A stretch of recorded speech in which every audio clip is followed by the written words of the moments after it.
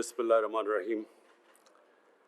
اچھا جی، میں یہ جو جس طرح کا ابھی سینٹ کا الیکشن ہوا، میں سب کے سامنے آج ایک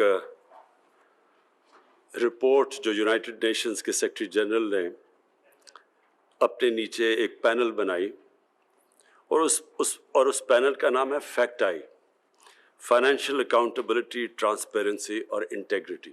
یہ ایک پینل ہے.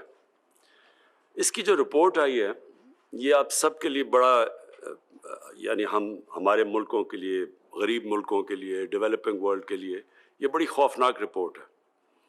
اس رپورٹ کے مطابق ہر سال 1,000 ارب ڈالر غریب ملکوں سے اللیگلی منی لانڈر ہو کے یہ امیر ملکوں پہ جاتا ہے، اور یہ ٹیکس ہیونز پہ جاتا ہے، جس طرح جو آف شور اکاؤنٹس ہیں. اور جو ٹیکس ہیونز میں غریب ملکوں کا پیسہ پڑا ہوا ہے، چوری کا پیسہ، وہ 7,000 ارب ڈالر ہے. اور اس میں یہ کیسے پیسہ ٹرانسفر ہوتا ہے؟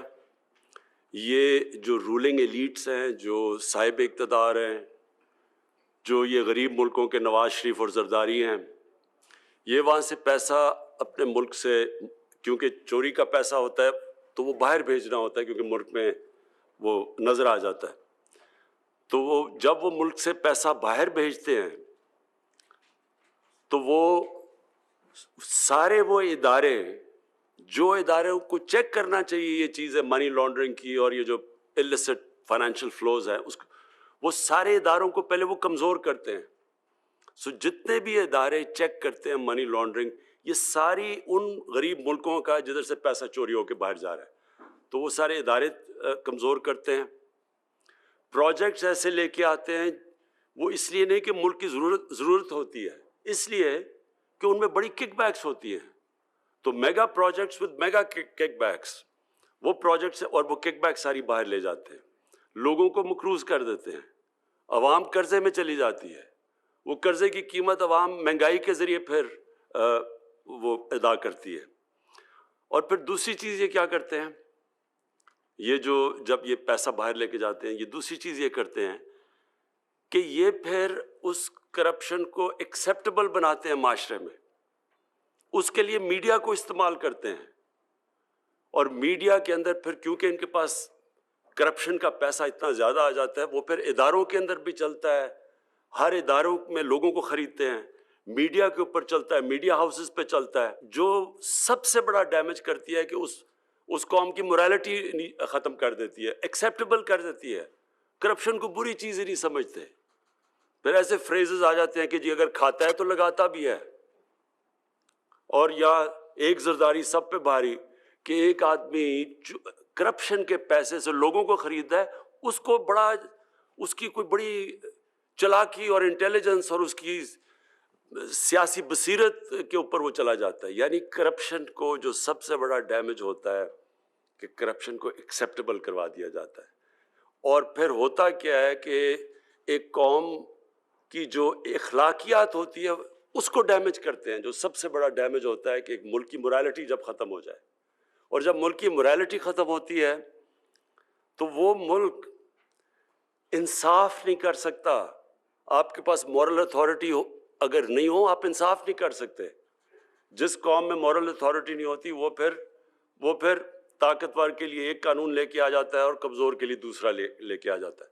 طاقتور کو NROs دے دیتے ہیں اور ڈیلز کر دیتے ہیں، صرف غریب لوگ جیلوں میں جاتے ہیں. اور ایکچولی ایک قوم تب تباہ ہوتی ہے، ایک قوم تب تباہ ہوتی ہے جب اس کے اندر انصاف کرنے کی ایبلٹی ختم ہو جاتی ہے. اور یہ اسی لیے نبی صلی اللہ علیہ وسلم نے کہا تھا کہ بڑی قومیں تباہ ہوئی تمہارے سے پہلے، جدھر ایک قانون امیر کے لیے اور دوسرا غریب کے لیے. یعنی جو قوم انصاف نہیں کر سکتی، جس میں قوت نہیں ہوتی انصاف کرنے کی. تو یہ جو پیسہ نکلتا ہے غریب ملکوں سے، یہ نکلتا اس لیے ہے کہ یہ سارے جو چیکس اور بیلنسز ختم کرتے ہیں، morality ایک قوم کی ختم کرتے ہیں، اس کی ابیلٹی ختم کر دیتے ہیں کہ طاقتور کے سامنے کھڑا ہو، پھر ان کے ساتھ کمپرومائز ہوتی ہیں، اور ایونچولی یہ ایک قوم اوپر نیچے جاتی ہے تو جرمنی تباہ ہو گئی تھی سیکنڈ ورلڈ وار میں. جاپان 2 ایٹم بمز ایک ملک کے اوپر گرے اور وہ اس کا کیا حال تھا, دونوں کھڑے ہو گئے پھر سے. تو قوم کھڑی ہو جاتی ہے, لیکن جب اس کی morality ختم ہوتی ہے, اور یہ سب سے بڑا یہ جو ایلیٹس کرتے ہیں, یہ جو ایک ملک میں یہ جس طرح کہ ہم نے الیکشن میں دیکھا ہے, جو اوپنلی کہ پیسہ چل رہا ہے, سب کو پتہ ہے, جو تماشا دیکھا ہے, تو اس سے جب اس کو ایکسیپٹ کر جاتی ہے قوم, اصل میں سب سے بڑی تباہی تب آتی ہے.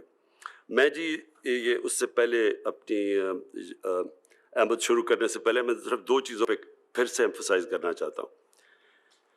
ایک تو اوورسیز پاکستانیز کی ووٹنگ کے اوپر پلیز میں ریگولر اپڈیٹس لینا چاہتا ہوں, ایک میں وہ لینا چاہتا ہوں شروع میں, اور دوسرا کہ جو EVM مشینز ہیں, ہمیں اب کلیئر ہو جانا چاہیے کہ پاکستان میں جس طرح کے الیکشنز ہیں یہ ہم اب نہیں کر سکتے. ہمارے جو الیکشنز ہونے چاہیے وہ اب جس طرح امریکہ میں آپ کے سامنے وہ ٹرمپ کے الیکشن کی مثال ہے کہ جتنی بھی کوشش کر لی, ایک چیز نہیں وہ ڈھونڈ سکا کہ وہ کوئی کہہ سکے کہ جناب الیکشن میں دھاندلی ہوئی ہے, ادروائز وہ سارا الیکشن انال ہو جانا تھا. تو ہمیں اب پاکستان میں ایک ٹرانسپیرنٹ الیکشن کے لیے EVM مشینز ٹیکنالوجی کا استعمال کرنا چاہیے, اور میں اس کی ریگولر اپڈیٹس لوں گا, کیونکہ میں کیبنٹ کے اوپر میں چاہتا ہوں ہمیں اپڈیٹس ملیں اس کے اوپر کیا پروگریس چل رہا ہے, کیونکہ یہ نہ ہو کہ ہم پھر کہیں کہ جی جب ٹائم آئے جی ہم تیار نہیں ہیں ٹیکنالوجی کے لیے. تو میں ان 2 کی اپڈیٹس لوں گا.